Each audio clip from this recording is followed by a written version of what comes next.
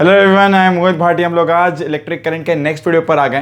Third video है भाई ये वाली। इसके पहले दो वीडियो हो चुकी है। पहले वीडियो में हम लोग ने कुछ बेसिक इंट्रोडक्शन सीखा था। हम लोग ने सीखा था कि भाई करंट कैसे फ्लो करता है, ड्रिफ्ट स्पीड क्या होती है, रिलेक्शन टाइम क्या होता है। सेकंड वीडियो में हम लोग ने I = NE/VD का फॉर्मूला डेरिवेशन देखा। हम लोग ने ओम्स लॉ का डेरिवेशन देखा, माइक्रोस्कोपिक फॉर्म वाला, राइट। और अब हम लोग ने एंड में, उस वीडियो के एंड में रेजिस्टेंस को डिराइव किया था। रेजिस्टेंस का फॉर्मूला लिखा था R = ρ × L/A, जो कि हम लोग 9-10 से जान रहे हैं, है ना। R = ρ × L/A, ये फॉर्मूला हम लोग 9-10 से जान रहे हैं। That's resistance. हम लोग इस वाले वीडियो में काफ़ी प्राइमरी वेटेज सिर्फ रेजिस्टेंस को देने वाले हैं अभी कुछ देर तक, ठीक है। यहाँ पे दो पैरामीटर है रादर। एक तो है geometry, L and A। Length भी ज्योमेट्री पे डिपेंड करता है, ए भी ज्योमेट्री पे डिपेंड करता है। भैया लेंथ क्या हो गया? करंट जिस तरफ फ्लो कर रहा है, जिस तरफ करंट जा रहा है, उसे लेंथ कहेंगे। अब जरूरी नहीं है ना वायर यूनिफॉर्म हो सकता है वायर नॉन यूनिफॉर्म हो, तो एरिया बदल सकती है। तो भाई जिस एरिया को क्रॉस कर रहा है करंट, उसे कहेंगे ये वाला एरिया, और जिसके अलॉन्ग में जा रहा है उसे कहेंगे लेंथ। जरूरी नहीं है करंट कैरिंग वायर एक यूनिफॉर्म सिलेंड्रिकल जैसा ही हो, एक कॉनिकल जैसा भी हो सकता है ना, कि यहाँ थोड़ा पतला यहाँ थोड़ा मोटा, ऐसा वायर भी पॉसिबल है। ऐसे भी कंडीशंस पॉसिबल है कि एक स्फीयर टाइप हो, जहाँ पे अंदर हायर पोटेंशियल और बाहर लोअर पोटेंशियल, और current flows from higher potential to lower potential, इस तरह रेडियली, समझ रहा है, इस तरह और लगातार एरिया चेंज हो रहा होगा, है ना। कंडक्टर्स बहुत शेप्स के हो सकते हैं। हम लोग कंडक्टर्स के शेप के बारे में बात सेकेंड फेज में करेंगे। फर्स्ट फेज में बात करेंगे रो क्या है भाई? Material plus temperature dependent. चलो यहाँ पे लिखना रह गया, लिख देते हैं कम से कम, ज्योमेट्री डिपेंडेंट। तो ज्योमेट्री डिपेंडेंसी की बात सेकंड फेज में करने वाले हैं। फर्स्ट फेज में मटेरियल एंड टेम्परेचर डिपेंडेंसी का बात करने वाले हैं ना। तो आर का बात करना है अगर मटेरियल और टेम्परेचर को लेके, मतलब रो का बात करना है इनडायरेक्टली, राइट। एक बात समझने वाला भाई कि अगर रेजिस्टिविटी के बारे में बात कर रहे हैं, तो पहले तो मटेरियल जो कि प्रॉपर्टी होता है ना, गोल्ड का अलग होगा मटेरियल प्रॉपर्टी, सिल्वर का अलग मटेरियल प्रॉपर्टी होता है। तो मटेरियल प्रॉपर्टी पे ना उन लोग के नंबर ऑफ फ्री इलेक्ट्रॉन्स की क्वांटिटी डिपेंड करती है। तो हम लोग एटलीस्ट मटेरियल पे तो बात नहीं कर सकते हैं, मतलब थोड़ा सा डिफिकल्ट हो जाएगा मटेरियल पे बात करना। मटेरियल तो एक प्रॉपर्टी है, कॉन्स्टेंट है। गोल्ड का अपना एक फिक्स होगा एक टेम्परेचर पर, है ना। कॉपर का अपना फिक्स होगा अपने एक टेम्परेचर पर, एंड सो ऑन। बट अगर जब टेम्परेचर बढ़ता है तो क्या होता है? टेम्परेचर के बढ़ने से इलेक्ट्रॉन्स की मोबिलिटी बढ़ती है। अच्छा, मोबिलिटी का क्या है भाई? मोबिलिटी का मतलब होता है ड्रिफ्ट वेलोसिटी पर इलेक्ट्रिक फील्ड। मतलब अगर गिवन इलेक्ट्रिक फील्ड पर ड्रिफ्ट वेलोसिटी ज़्यादा है या ड्रिफ्ट स्पीड ज़्यादा है, मतलब मोबिलिटी ज़्यादा है। उसी इलेक्ट्रिक फील्ड पर अगर ड्रिफ्ट स्पीड कम है, मतलब मोबिलिटी कम है। इसे मोबिलिटी बोलकर एक टर्म से मेंशन किया जाता है, ड्रिफ्ट स्पीड पर इलेक्ट्रिक फील्ड। जान के रखो, काम में आएगा। तो जब टेम्परेचर बढ़ता है तो क्या होता है? मोबिलिटी बढ़ता है, अपने में रैंडमनेस बढ़ता है, टकराहट बढ़ जाती है, रिलैक्सेशन टाइम घट जाता है। एज अ रिजल्ट इलेक्ट्रॉन बढ़ता कम है आगे, ड्रिफ्ट कम करता है, पर आपस में टकराता ज़्यादा है ना। जब आपस में टकराएगा तो एक दूसरे के फ्लो को रेजिस्ट करेगा। हम लोग बोल सकते हैं टेम्परेचर के बढ़ने से रेजिस्टेंस बढ़ जाता है। यस और नो? नाउ नोइंग दिस कि टेम्परेचर के बढ़ने से रेजिस्टेंस बढ़ जाता है, हम लोग के पास नेक्स्ट ऑब्जेक्टिव आता है कि डिपेंडेंसी किस तरह का टेम्परेचर का, रेजिस्टेंस का टेम्परेचर पर। तो हम लोग एक फॉर्मूला जानते हैं, ये एक अंडरस्टैंडिंग जो आया है हम लोग के पास फॉर्मूला का, वो एक डेरिवेशन है या बोल सकते हैं कि एक्सपेरिमेंटल रिजल्ट है। तो अपने को नहीं जानना है कैसे डिराइव हुआ है, बस रिजल्ट जान के रखो।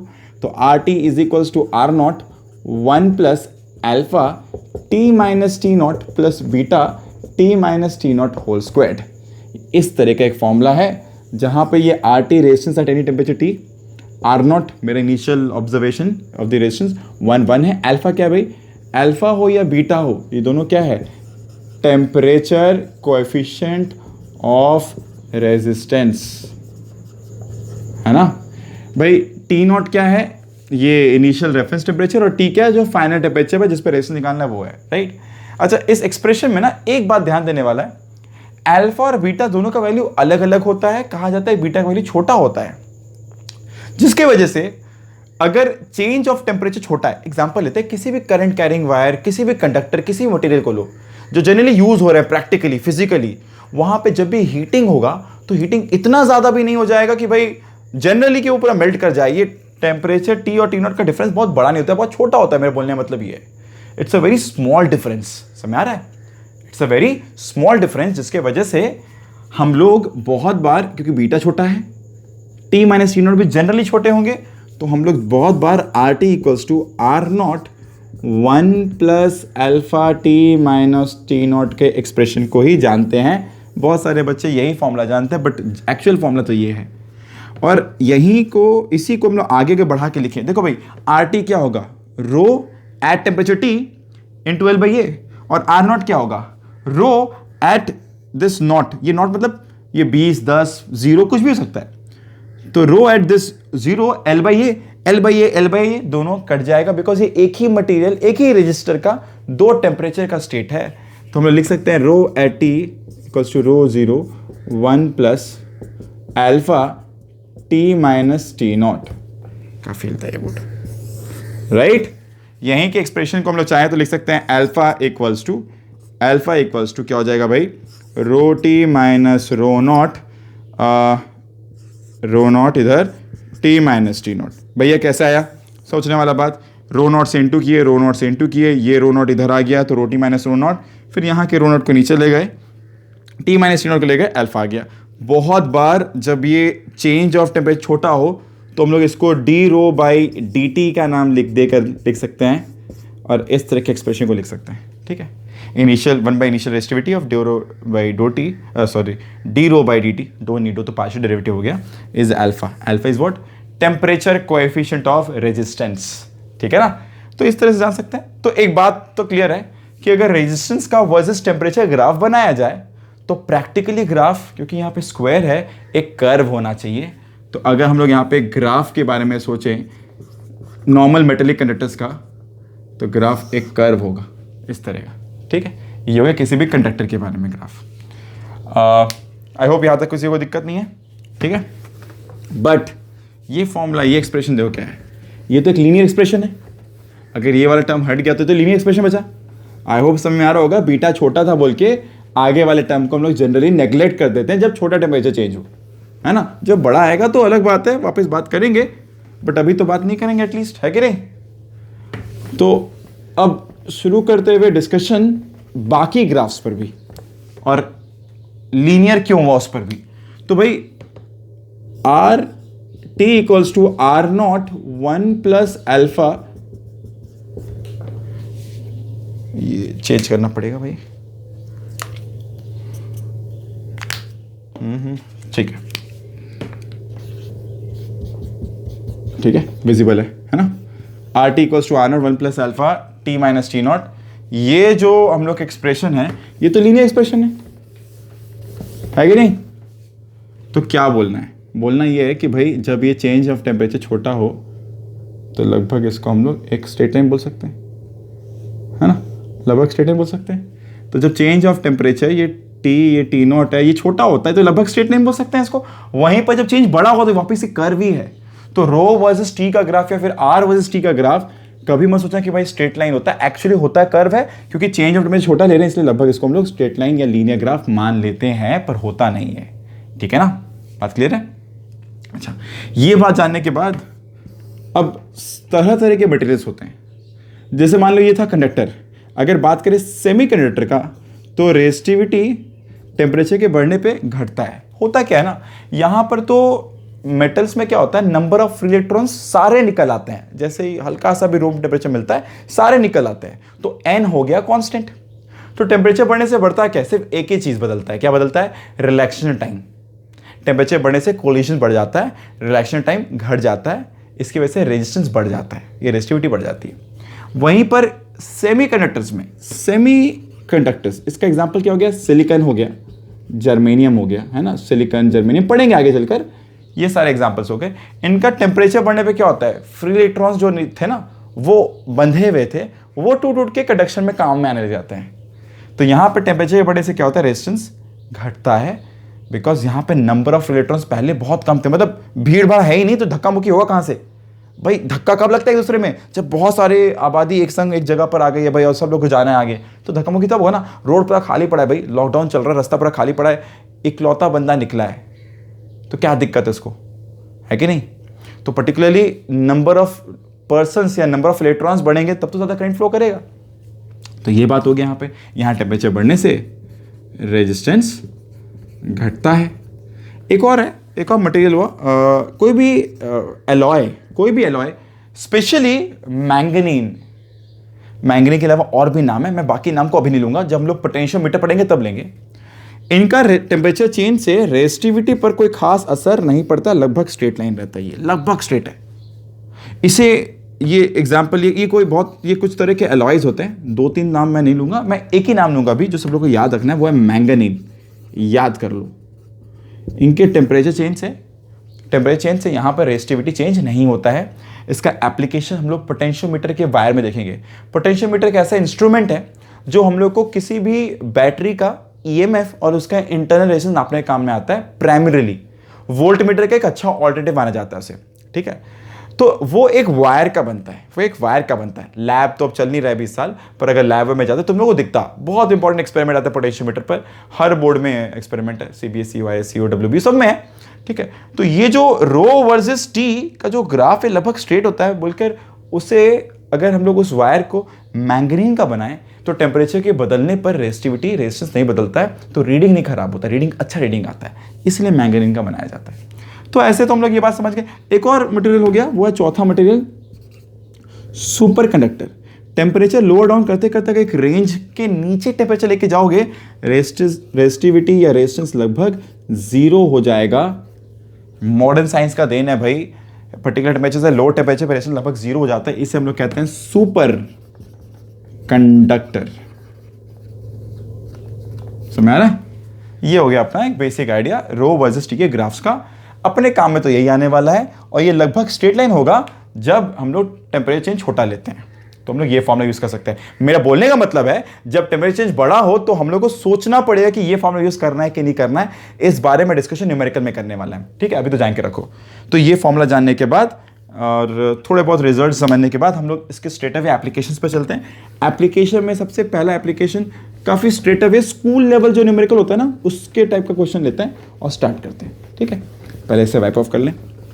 आई होप यहाँ तक सबको क्लियर होगा सब कुछ भी समझ ना आए, कुछ भी डाउट रहे भाई, जैसे मैं हमेशा कहते हैं भाई, हम लोग जो भी डाउट हो रहा है डाउट को लिखते जाओ कमेंट बॉक्स में, कुछ समझ में नहीं आ रहा है बताते जाओ। अगले क्लास के पहले अगले वीडियो में स्टार्टिंग में पहले डाउट बात कर लेंगे, फिर आगे बढ़ेंगे, ठीक है। तो कोई भी डाउट रहे बताना। और भाई पीछे के चैप्टर्स, जो चैप्टर्स ख़त्म हो गए ना, उनमें से ना प्रीवियस लगाना स्टार्ट कर दो, ठीक है। जैसे इलेक्ट्रोस्टैटिक्स कैपेसिटर हो गए हैं तो प्रीवियस के प्रॉब्लम सॉल्व करो। मैंने बुक्स वाले वीडियो में बताया भी था, है ना। बुक्स वाला जो वीडियो था थोड़े पहले, हम लोग कुछ दिन पहले ही देखे हैं, उस वाले वीडियो में मैंने बताया है कि भाई जब अगर चैप्टर खत्म होता तो एंड में प्रीवियस लगाना है, ठीक है। डीसी पांडे के बारे में बात किया था भाई कि डीसी पांडे यूज़ कर सकते हैं, सेंगे, जो भी मैंने उस वीडियो में बात कर लिया था। बट भाई प्रीवियस ईयर सॉल्व करने लग जाओ अगर चैप्टर तुम लोग अपने टेक्स्ट बुक से खत्म कर लिए, जो भी टेक्स्ट बुक फॉलो कर रहे हो, ठीक है ना। तो ये एक चीज़ ध्यान रखना कि भाई प्रीवियस करते जाओ। कुछ बच्चे पूछते हैं कि सर कब करना है, बाद में करना है, अभी करना है। भाई बाद में क्या करना है पता है?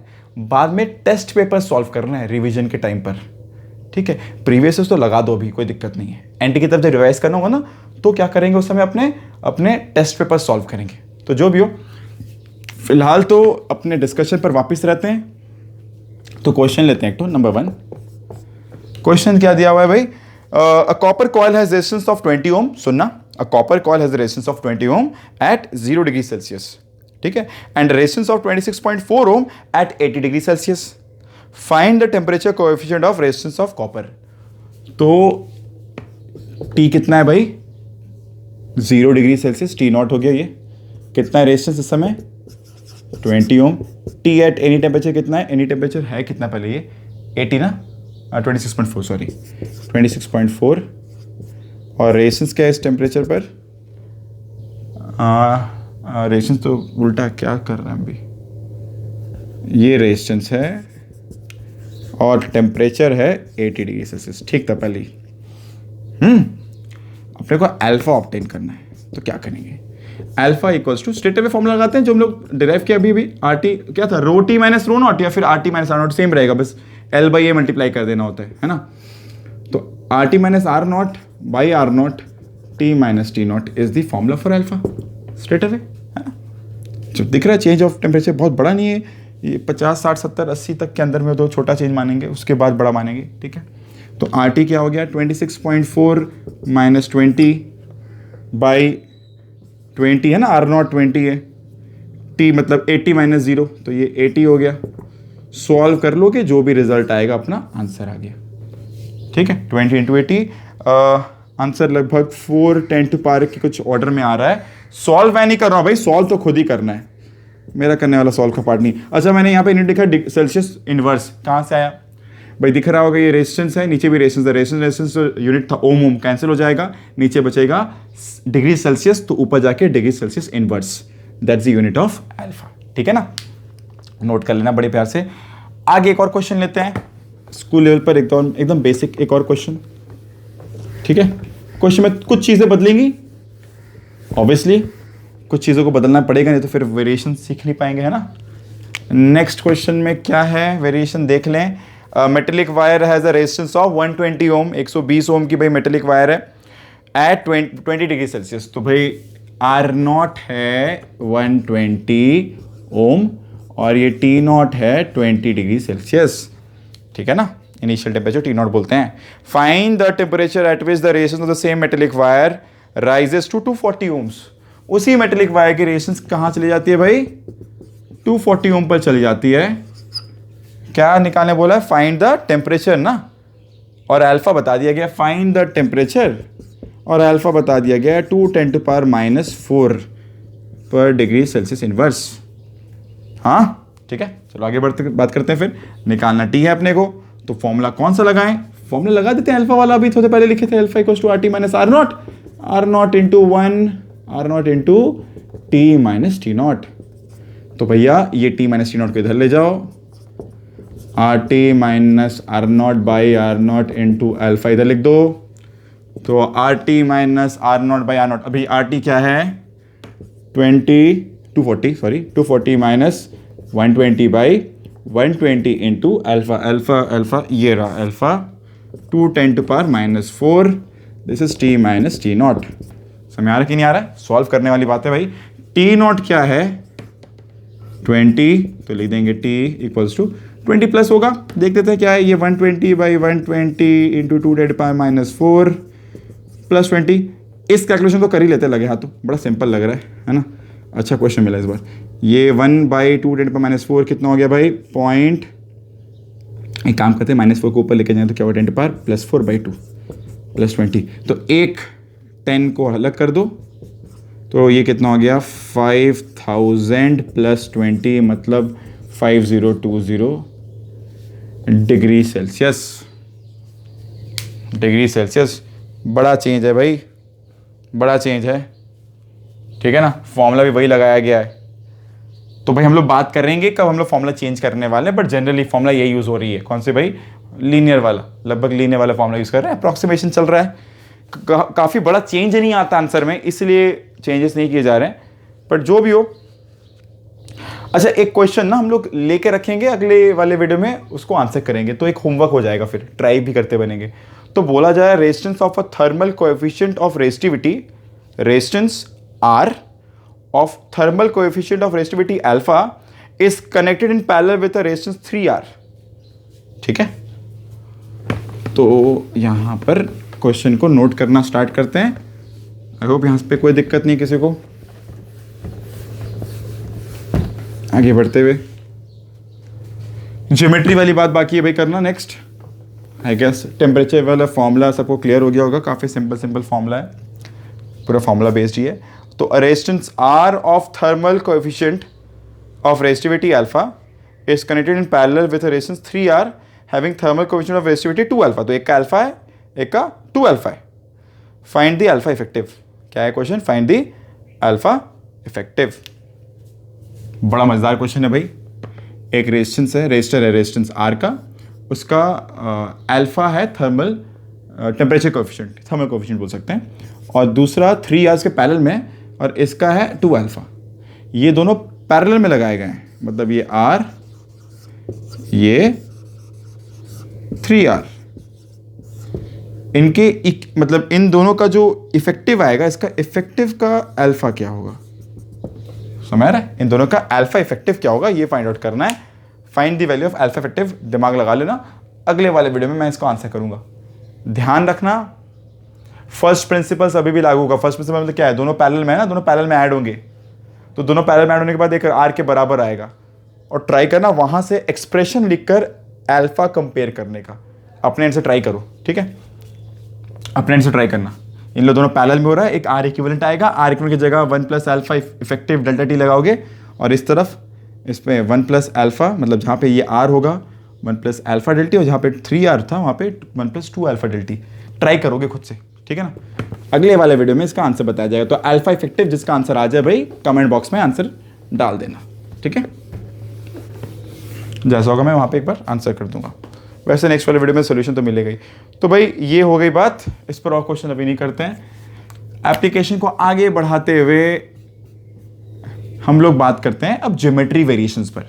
तो r equals to rho into L by A, rho का डिपेंडेंसी का रो का जो क्लैरिटी था आ गया है ना, रो का कैसे डिपेंडेंसी होता है टेम्परेचर पर, उस पर बेस बात कर लिए, रो वेरिएशन पर बात कर लिए। बचता किसका बारी है, एल बाई ए, मतलब ज्योमेट्री डिपेंडेंसी पर। तो अब हम लोग अलग अलग शेप का रेजिस्टर्स लेंगे, अलग अलग शेप में बनाए हुए वायर्स लेंगे। भाई वायर्स अगर इस शेप के हो, एकदम यूनिफॉर्म सॉलिड सिलेंडर, जो हम लोग आज तक वायर्स को अज्यूम करते हैं, तो यहाँ पे जो एरिया है वो एरिया बहुत straight away pi R square होता है अगर ये आर रेडियस का है तो, और ये एल है अगर जिसके अलॉन्ग करंट फ्लो कर रहा है ना, ऐसे। तो R equals to rho into L by pi R square is the general formula जो अभी तक नॉर्मल वायर्स की होती थी। Let's start with a question then. अगर वायर ऐसे हॉलो हो, लेट्स से ऐसे हॉलो वायर हो, ठीक है, जिसमें इनर रेडियाई ए है और आउटर रेडियाई बी, तो व्हाट इज द रेजिस्टेंस, और करंट इस तरह ही फ्लो कर रहा है, तो what is this is length. Matter करता है करंट कैसे कैसे फ्लो कर रहा है, याद रखना, जिस तरफ करंट फ्लो करता है उसे अपने कहते हैं लेंथ, जिसे क्रॉस करता है करंट उसे अपने कहते हैं एरिया ऑफ क्रॉस सेक्शन। तो ध्यान रखना भाई, बदलेंगी चीजें, हो सकती है ना कि यहां से पोटेंशियल डिफरेंस यहां के क्रॉस लगा दें और करंट अगर ऐसे पार करेगा ना तब लेंथ होता है बी माइनस सी, जब करंट ऐसे जा रहा है तब एल है लेंथ, समझो।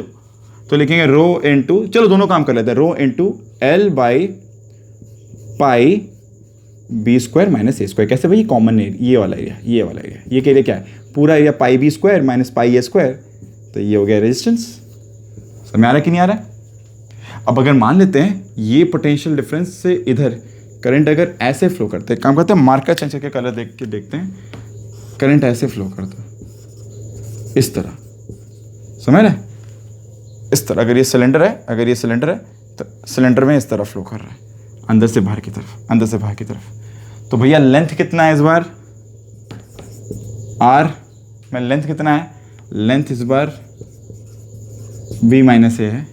रो तो भाई मटेरियल प्रॉपर्टी टेम्परेचर प्रॉपर्टी मान लेते हैं, मटेरियल टेम्परेचर दोनों फिक्स कर दिया गया है, मटेरियल टेम्परेचर दोनों फिक्स कर दिया गया है।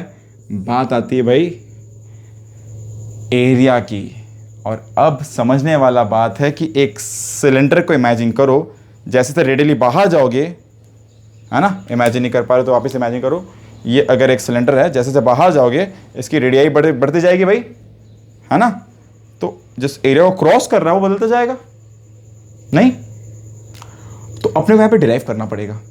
देखो कैसे, तो भैया यहाँ पे एरिया यूनिफॉर्म थी बोल के हम लोग सीधा पाई आर स्क्वायर लगा दिए, यहाँ पे एरिया शॉर्ट सेम था पाई b square minus a square लगा दिए, यहाँ पर एरिया यूनिफॉर्म नहीं है। तो अपने को सॉल्व कैसे करना है समझो, अपने यहाँ पर एक दूरी पर जाएंगे, कोई भी एक पर्टिकुलर आर पर जाकर, तो थोड़ा सा टाइडी कर देते हैं, थोड़ा क्लीन कर देते हैं इसे, इस डायग्राम को, है ना, अपना पहला डायग्राम तो क्लियर है, ये वाला थोड़ा डायग्राम क्लियर कर देते हैं। ये तो पहला केस था जब पोटेंशियल डिफरेंस अलॉन्ग लेंथ लगाया गया था, इस बार along potential difference along radial लगाया गया है, समझ ना।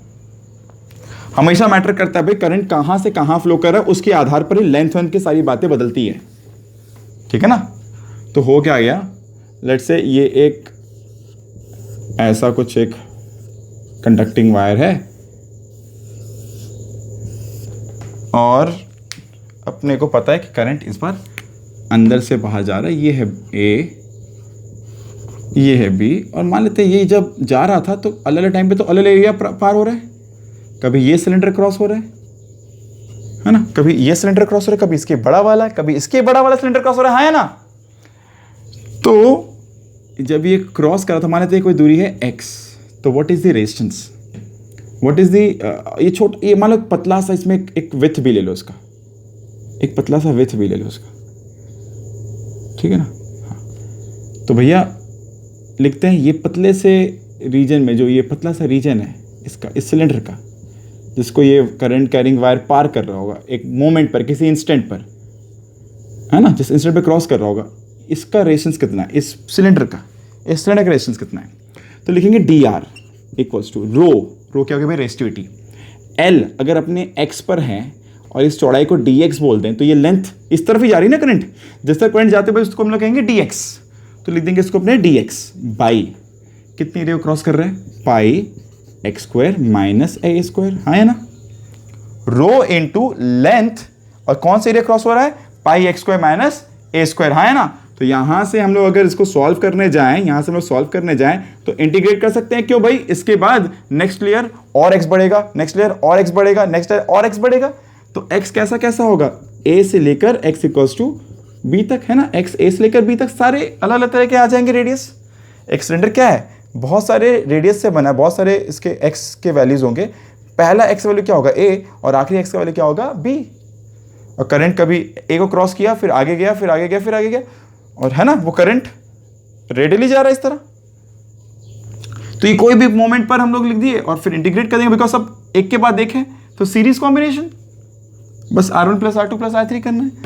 तो इंटीग्रेशन ऑफ डी आर 0 से r तक is r, rho by pi बाहर, integration of d x by x square minus a square,